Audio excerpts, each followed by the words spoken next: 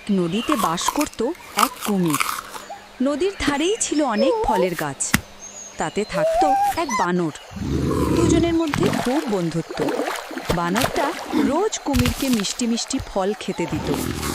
একদিন কুমির তার বউয়ের জন্য ফল নিয়ে গেল।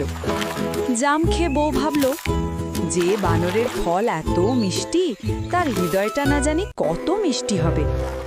সে কুমিরের কাছে বানরের হৃদয় খাওয়ার বায়না ধরল। সে বলল, তুমি ওকে আমাদের বাড়ি নিমন্ত্রণ খাওয়ার কথা বলে ধরে আনো। কুমিরটার উপায় না পেয়ে দুঃখী হয়ে বউয়ের কথা রাখতে বানরের কাছে তাদের বাড়ি আসার আমন্ত্রণ জানালো।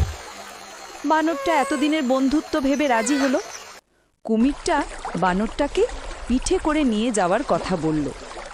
যখন ওরা যাচ্ছিল, বানরটা আর মনের কথা চেপে রাখতে পারল না, সব বলে দিল। বানরটা ভয় না পেয়ে বুদ্ধি বার করল।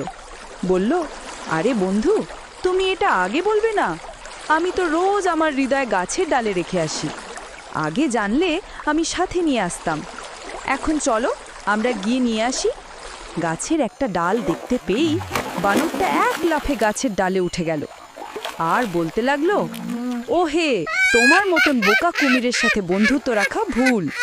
হৃদয়ে কেউ গাছের ডালে রাখে নাকি? যাও যাও, এখন গিয়ে বকা শোনো তুমি। এই শুনে বোকা কুমির নিজের মতন চলে গেল আর বানরটা মহা আনন্দে ফল খেতে থাকলো।